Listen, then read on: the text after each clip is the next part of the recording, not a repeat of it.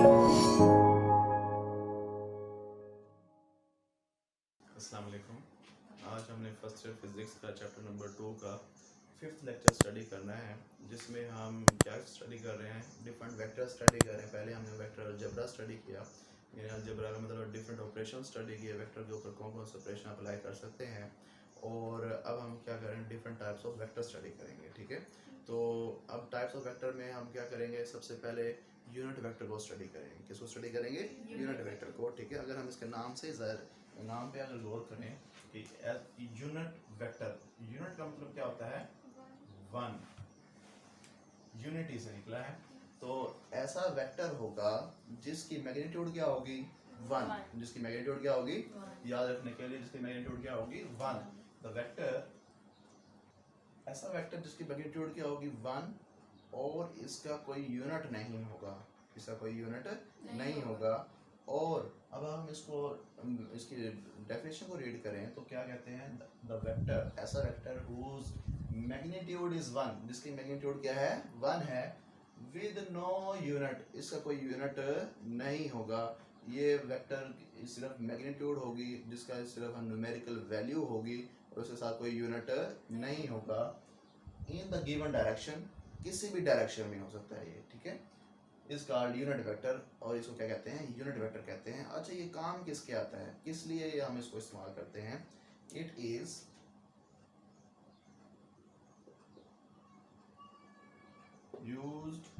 used to indicate the direction of other vectors। ये किस लिए इस्तेमाल होता है? दूसरे वेक्टर्स की डायरेक्शन को इंडिकेट करने के लिए। किसके लिए? दूसरे वेक्टर्स की डायरेक्शन को इंडिकेट करने के लिए। लेट्स सपोज हम कहते हैं फोर्स का एक वेक्टर है, फोर्स का क्या है? वेक्टर है, उसकी अगर हमें डायरेक्शन को स्पेसिफाई करना है तो कैसे करेंगे? तो वो हम यूनिट वेक्टर के जरिए करेंगे। किसके जरिए करेंगे?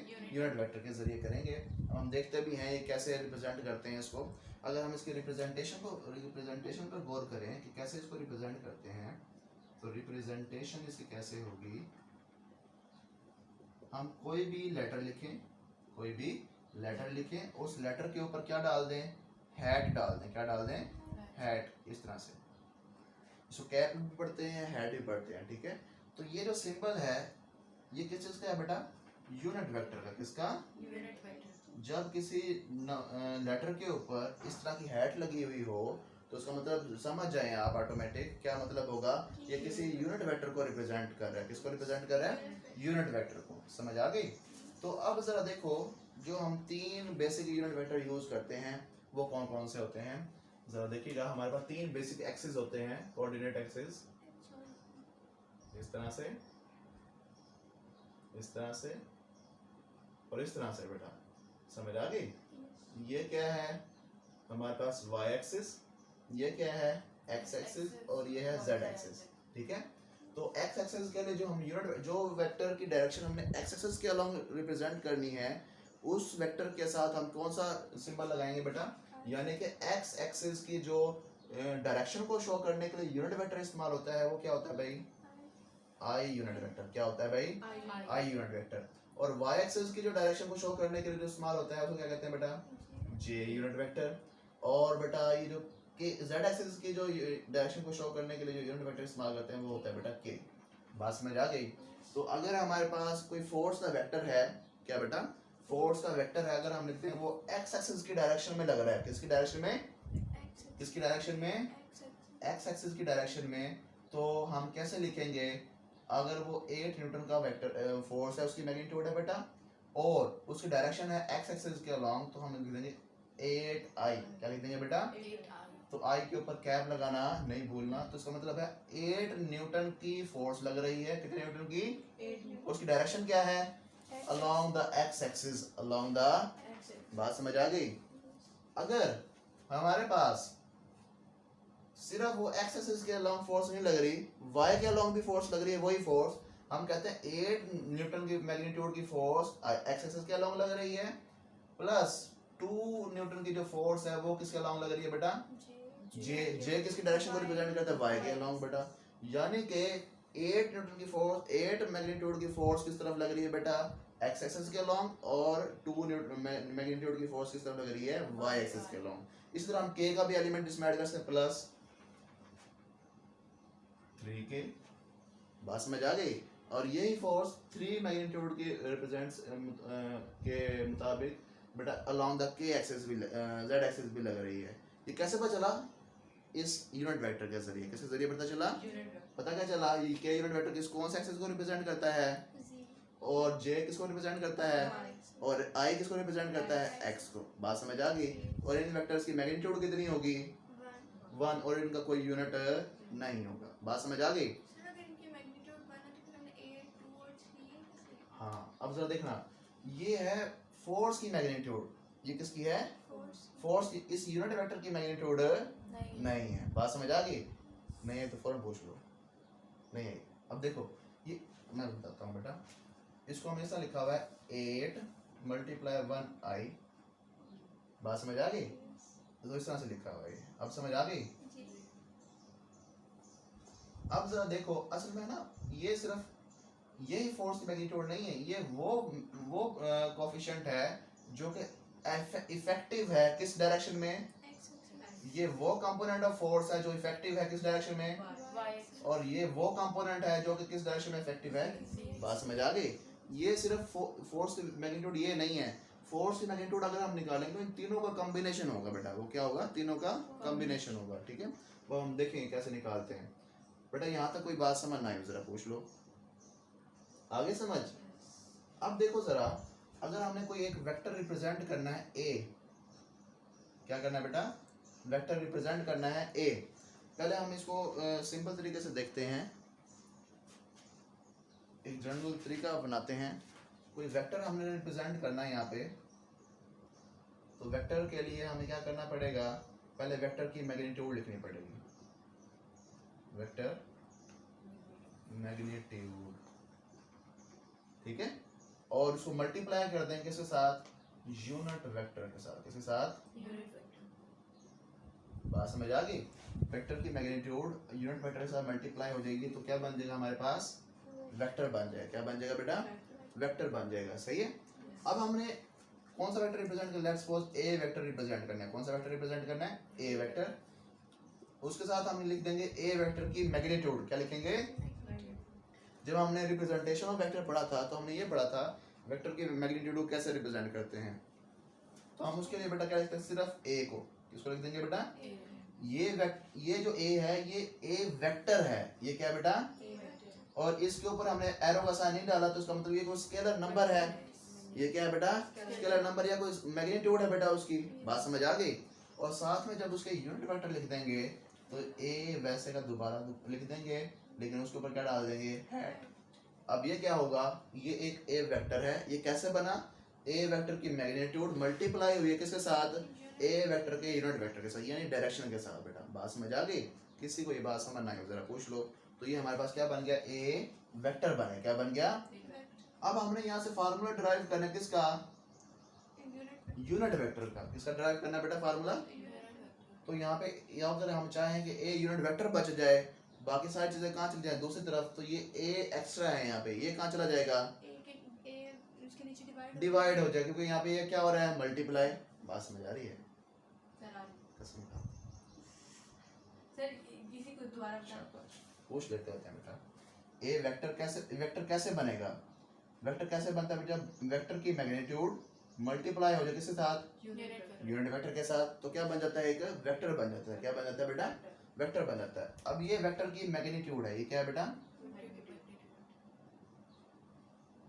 और ये क्या है, यूनिट वेक्टर। यूनिट वेक्टर क्या है, दरअसल डायरेक्शन है बेटा, क्या है,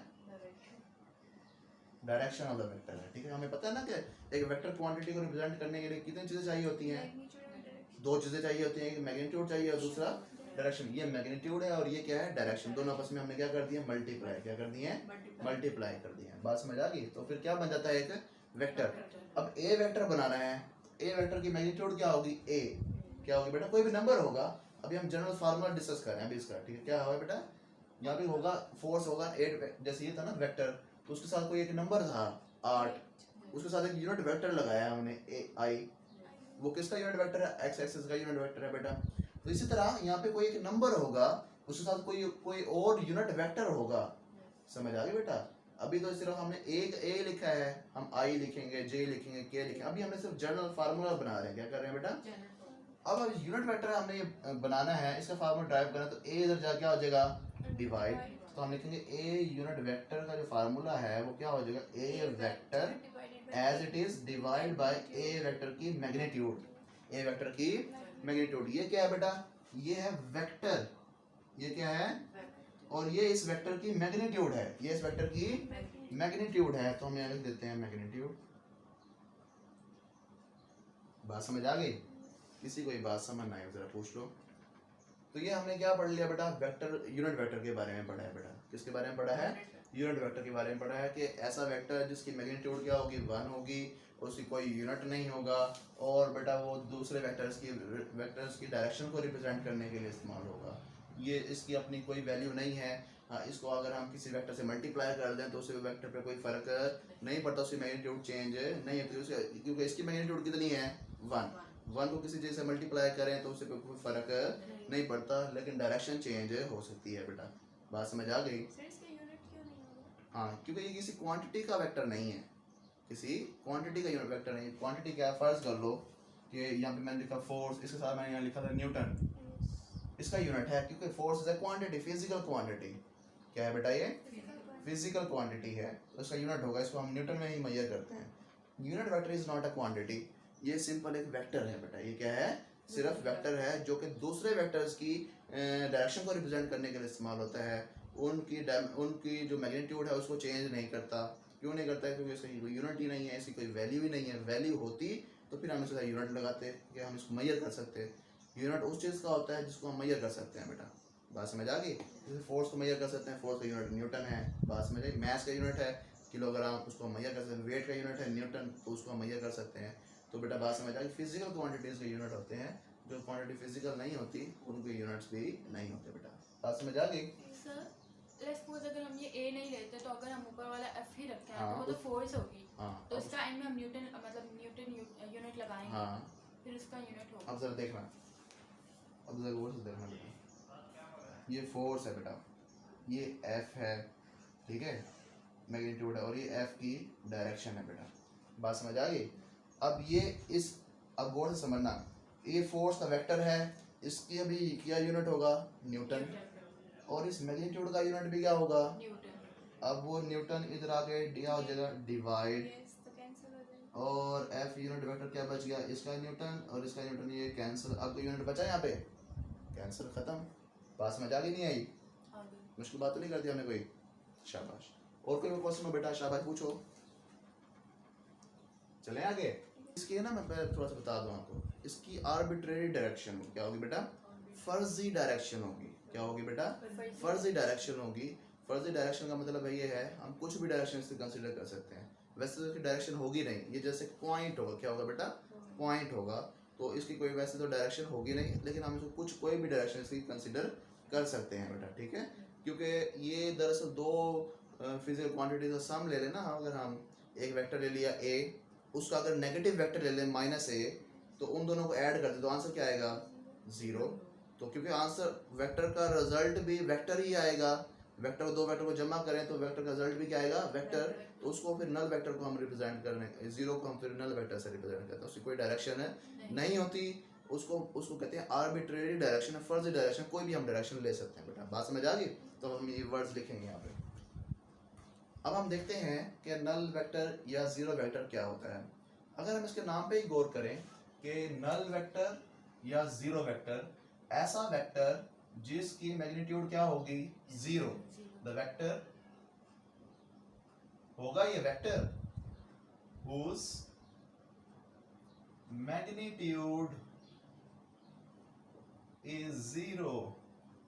इसकी मैग्नीट्यूड क्या है, 0 है। अब क्योंकि ये वेक्टर है तो उसकी कोई ना कोई डायरेक्शन भी होगी।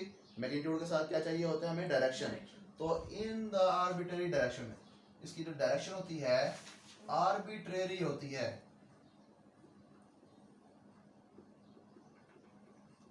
यानी किसी भी डायरेक्शन में हो सकता है, फर्स्ट डायरेक्शन होती है इसकी बेटा, ठीक है। वैसे ये वेक्टर जो होता है जैसे पॉइंट होता है, क्या होता है बेटा, पॉइंट। इसकी मैग्नीट्यूड क्या है, 0, लेंथ नहीं है, लेंथ होगी तो इसकी मैग्नीट्यूड बन जाएगी, क्योंकि टेल ऑफ द वेक्टर किस चीज को रिप्रेजेंट करती है, मैग्नीट्यूड ऑफ द वेक्टर को। अब इसकी कोई मैग्नीट्यूड नहीं है तो इसका हम लेंथ भी रिप्रेजेंट नहीं करेंगे, तो ये जैसे पॉइंट होगा बेटा, ठीक है। आर्बिट्रेरी डायरेक्शन, तो such vectors are called is called null vector. समझ आ गई? अब जरा देखो ये नल वेक्टर आता कैसे है। लेट्स सपोज हमारे पास एक वेक्टर है ए वेक्टर है और उसकी डायरेक्शन है ये, ठीक है। एक और वेक्टर ले लेते हैं जो उसका ऑपोजिट होगा और उस वो होगा नेगेटिव वेक्टर। वो क्या होगा बेटा, माइनस ए। बात समझ आ गई? अगर हम ए को ऐड करें माइनस ए में तो आंसर क्या आएगा, 0, ठीक है। अब ये 0 मैंने लिखा, ये लिखा है ओ, क्या लिखा है बेटा, ओ यानी 0, उसके ऊपर लगा देंगे कि वेक्टर साइन, क्योंकि दो वेक्टर को जब ऐड करते हैं तो उसका रिजल्ट भी क्या आता है, हमेशा वेक्टर आता है। याद रखना कि दो वेक्टर को जब ऐड करते हैं या सब्ट्रैक्ट करते हैं तो उसका रिजल्ट हमेशा क्या आता है, वेक्टर। मल्टीप्लिकेशन की बात नहीं कर रहा, दो वेक्टर को जब मल्टीप्लाई करते हैं तो कभी रिजल्ट वेक्टर आता है और कभी वेक्टर रिजल्ट स्केलर आता है। तो बेटा मल्टीप्लिकेशन से इसको कंफ्यूज नहीं करना, एडिशन और सब्ट्रैक्शन में हमेशा हमेशा जब ऐड करेंगे दो वेक्टर को तो फिर बेटा क्या होगा, रिजल्ट भी वेक्टर आएगा। तो इसलिए फिर हमने ऐसा, उसका रिजल्ट क्या आना था बेटा, 0। इन दोनों की वेक्टर की जो एडिशन थी उसका मैग्नीट्यूड क्या आना था बेटा, 0। तो 0 मैग्नीट्यूड वाला वेक्टर क्या होता है बेटा, नल वेक्टर। क्या होता है, उसको फिर हमने नल वेक्टर से रिप्रेजेंट किया है। तो इस नल वेक्टर को it is denoted bye, sir ऊपर हमने डबल एरोस क्यों लगाए हैं दोनों ए के, कहाँ वो पे? तो उसकी मैग्नीट्यूड, ये वेक्टर रिप्रेजेंट किया हमने और ये वेक्टर का नाम है। बात समझ आ गई? अच्छा आप मुझे समझा देता हूँ। ये वेक्टर बनाया मैंने, क्या बनाया बेटा, और इसका नाम क्या है, और ए क्या है, वेक्टर है। तो वेक्टर को इस तरह से शो करते हैं बेटा। बात समझ आ गई? मैं ये पूछ लूँ, ये एक वेक्टर का नाम है, ये उस वेक्टर का नेगेटिव वेक्टर का नाम है और ये असल में वेक्टर है। ये दूसरा वेक्टर है, इसका नेगेटिव, दोनों की डायरेक्शन क्या है, ऑपोजिट है, तो इनका साइन भी क्या है बेटा, ऑपोजिट है। बात समझ आ गई? ये कल मैंने समझाया था। इट इज डिनोटेड बाय ओ से रिप्रेजेंट करता है, उसके ऊपर क्या लगा देते हैं बेटा, वेक्टर का साइन, एरो हेड लगा देते हैं। बात समझ आ गई? तो ये क्या बन गया, एक नल वेक्टर बन गया। क्या बन गया बेटा, नल वेक्टर बन गया। और भी बहुत सारे एग्जांपल हैं। एक तो हमने क्या किया, एक वेक्टर को उसके नेगेटिव वेक्टर में ऐड करें तो रिजल्ट क्या आता है, नल वेक्टर। अब गौर से समझना कि एक्सेलरेशन क्या होता है, किसी एक्सेलरेशन की डेफिनेशन आती है, rate of change of velocity of हाँ, डेल्टा वी ओवर डेल्टा, तो ये एक्सेलरेशन बनता है। If body is moving with uniform velocity, अगर बॉडी क्या कर रही है बेटा, यूनिफॉर्म वेलोसिटी से मूव कर रही है तो फिर उसका एक्सेलरेशन क्या होगा, 0 होगा। क्या होगा बेटा, 0, क्योंकि बेटा ये वेलोसिटी यूनिफॉर्म होने का मतलब है इनिशियल वेलोसिटी बराबर है फाइनल वेलोसिटी के, ठीक है बेटा। इन दोनों का डिफरेंस अगर निकालें डेल्टा वी के बराबर होगा, ठीक है बेटा। और ये क्या बनेगा, वी एफ माइनस वी आई, क्योंकि ये दोनों ये उठा के इधर ले जाएंगे तो इधर क्या बचेगा, 0। क्या बच जाएगा बेटा, 0, क्योंकि चेंज इन वेलोसिटी कितना है, 0 है, तो फिर एक्सेलरेशन क्या हो जाएगा, 0। एक्सेलरेशन की मैग्नीट्यूड क्या आएगी, since acceleration is a vector quantity, acceleration क्या है बेटा, तो इसकी कोई ना कोई डायरेक्शन भी होगी और इसका मैग्नीट्यूड कितना आ रहा है, 0। ऐसा वेक्टर जिसकी मैग्नीट्यूड हो 0 उसको क्या कहते हैं, नल वेक्टर। तो अब इसको हम क्या कहेंगे भाई, इसका आंसर तो 0 आ रहा है क्योंकि ये वेक्टर क्वांटिटी है, तो फिर हम इसको क्या करेंगे बेटा, कि ये नल वेक्टर है बेटा।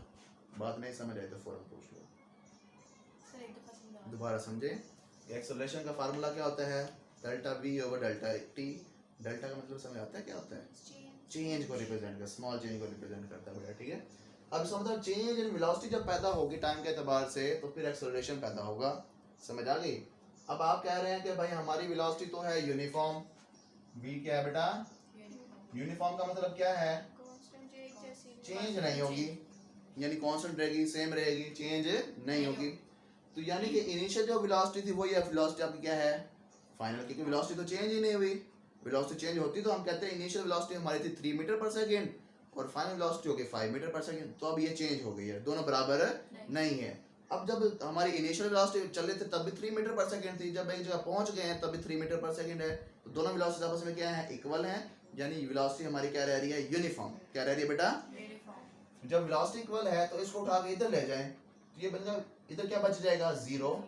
Zero is equal to v f minus v i, v f minus v i is equal to, और v f minus v i किसके बराबर होता है, यानी delta v is equal to, तो acceleration is equal to zero. Acceleration कौन सी quantity है, तो ये जीरो जो आया था ये इसकी मैग्नीट्यूड थी बेटा। अगर हम इसको वेक्टर की फॉर्म में रिप्रेजेंट करेंगे तो फिर जीरो की यानी ओ के ऊपर क्या लगा देंगे, एक एरो हेड लगा देंगे, यानी कि ये क्या बन जाएगा, नल वेक्टर। क्या बन जाएगा बेटा, नल वेक्टर। कोई बात यहाँ तक अभी तक समझ ना आई हो बेटा, फौरन पूछ लो, आ गई समझ बेटा, मोहतरमा आपको आ गई है। चलो अब जरा देखो कि अगर हम बात करें किसी पॉइंट की पोजीशन को, किसी पॉइंट की पोजीशन, अब मैं पोजीशन वेक्टर आपको समझाने लगा हूँ, तो फिर हम इसको किसके साथ रिलेट करेंगे, नल वेक्टर के साथ रिलेट करेंगे। लेट्स सपोज ये हमारे पास एक कार्टेशियन सिस्टम है और ये पॉइंट क्या है, ओ। ये ओ नल वेक्टर नहीं है, ये ओरिजिन है। ये क्या है बेटा, ओरिजिन है। अब ओरिजिन क्या है, ओरिजिन क्या होता है, जहाँ पे दो परपेंडिकुलर लाइंस आके इंटरसेक्ट करती हैं, कट करते हैं दूसरे को, उस पॉइंट को कहते हैं ओरिजिन। क्या कहते हैं बेटा, ओरिजिन। अब ये पॉइंट है P, समझ आ गई बेटा। अब ऐसा वेक्टर, या हम इसको ए बी भी लिख सकते हैं, ऐसा वेक्टर जो इस पॉइंट P की लोकेशन को डिफाइन करे, इस पॉइंट P की डिफाइन करे with respect to some reference point. Reference point क्या है हमारे पास, ओरिजिन। बात समझ आ गई। तो ऐसे वेक्टर को हम क्या कहते हैं, पोजीशन वेक्टर। क्या कहते हैं बेटा, and it is denoted by R. इसको आर से रिप्रेजेंट करेंगे। बात समझ आई है या नहीं आई, किसके हिसाब से आपने देखा, ओरिजिन के हिसाब से। किसके हिसाब से, ओरिजिन के हिसाब से। बात समझ आ गई। अगर आप, और इसका ये क्या बनता है, वेक्टर बनता है। क्या बनता है बेटा, वेक्टर। अगर आप किसी ओरिजिन की पोजीशन को डिफाइन करें with respect to that origin, उसी ओरिजिन के हिसाब से, तो उसकी लेंथ ऑफ द वेक्टर बनेगी, क्योंकि पॉइंट भी यही है और इसी के हिसाब से हमने वो करनी है। तो लाइन तो हम ड्रा नहीं कर सकते, तो अगर हम इसकी पोजीशन वेक्टर ड्रा करें तो पोजीशन वेक्टर क्या होगा बेटा, नल वेक्टर, क्योंकि उसकी लेंथ नहीं होगी। लेंथ ऑफ द वेक्टर क्या डिफाइन करती है, मैग्नीट्यूड। क्या डिफाइन करती है। अब यहाँ पे लेंथ ऑफ द वेक्टर है जीरो, यानी मैग्नीट्यूड क्या है, जीरो। ऐसा वेक्टर जिसकी मैग्नीट्यूड हो जीरो, उसको क्या कहते हैं, नल वेक्टर, और इट इज डिनोटेड बाय ओ। ओ के ऊपर क्या लगा देते हैं बेटा, एरो हेड लगा, क्या लगा देते हैं। कोई बात जानते मुश्किल लगे पूछ लो। ये हम एग्जांपल्स कर रहे हैं किसकी बेटा, नल वेक्टर की। ठीक है, ये एमसीक्यूज में पूछे जाएंगे आपसे कि ऐसा वेक्टर, या हम इसका एमसीक्यू कैसे बनेगा, the vector of the acceleration of a body which is moving with uniform velocity, which is moving with uniform velocity। Options में होगा बेटा, क्या होगा, एक तो यूनिट वेक्टर होगा, एक होगा परपेंडिकुलर वेक्टर, एक होगा पैरेलल वेक्टर, एक होगा नन ऑफ दिस। तो ऑप्शन कौन सी होगी, नन ऑफ दिस, क्योंकि इसका वेक्टर तो आएगा नल वेक्टर, तो नल वेक्टर वाली ऑप्शन तो इसमें मौजूद ही नहीं थी। अगर नन ऑफ दिस की जगह हम नल वेक्टर लिख दें तो फिर नल वेक्टर वाली ऑप्शन क्या होगी बेटा, ठीक होगी। इस तरह से डिफरेंट एमसीक्यू बने। इस तरह पूछा जाए आपसे कि position vector of origin with respect to origin, वो भी क्या होगा बेटा, नल वेक्टर। बात समझ आ गई। सर पोजीशन वेक्टर के एग्जांपल हम डिस्प्लेसमेंट कर सकते हैं, नहीं जिस तरह ऊपर एक्सेलरेशन, नहीं, लाजमी नहीं है डिस्प्लेसमेंट करें हम। अब जरा देखो पोजीशन वेक्टर क्या है। दरअसल हम बहावलपुर खड़े हैं, हमसे कोई बंदा लाहौर से आया हुआ, हमसे पूछता है कि मैंने अहमदपुर जाना है। कहाँ जाना है, अहमदपुर।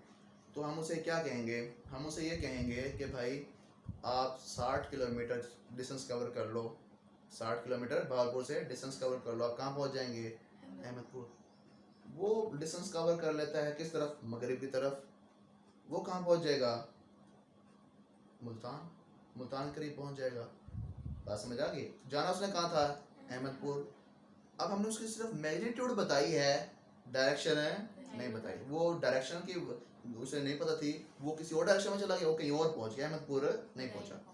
अगर हम उसको ये कहते कि भाई आप 60 किलोमीटर का फासला कवर कर लो और किस डायरेक्शन में करो, मशरिक की तरफ, किस तरफ करो, तो फिर आप अहमदपुर पहुंच जाओगे। तो वो भी 60 किलोमीटर का रास्ता कवर करता, डिस्टेंस कवर करता, और किस तरफ करता, मशरिक की तरफ। तो फिर हम वो किस तरफ पहुंच जाता बेटा, अहमदपुर। बात समझ आ गई। यानी कि आप किसी पॉइंट की किसी भी पॉइंट की जो है, हाँ डिस्प्लेसमेंट आप कह सकते हैं इसको, किसी पॉइंट का आप शॉर्टेस्ट डिस्टेंस बताते हैं। क्या बताते हैं बेटा?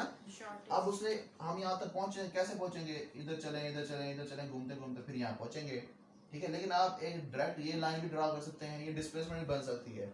किससे? ओरिजिन से उस पॉइंट तक का बड़ा डिस्टेंस, डिस्प्लेसमेंट, ठीक है। लेकिन अगर हम इसको वेक्टर की रिप्रेजेंटेशन में देखें तो ये रेक्टेंगुलर कोऑर्डिनेट्स बन जाते हैं। क्या बन जाते हैं बेटा? तो वो हम अगला टॉपिक आएगा उसमें पढ़ेंगे ये सारी चीज़ें ना, रेक्टेंगुलर कोऑर्डिनेट्स। मैं अभी यहाँ एक्सप्लेन नहीं कर रहा उसको, ठीक है बेटा। तो the shortest distance of between 2 points from one point two another is called displacement बेटा, ठीक है।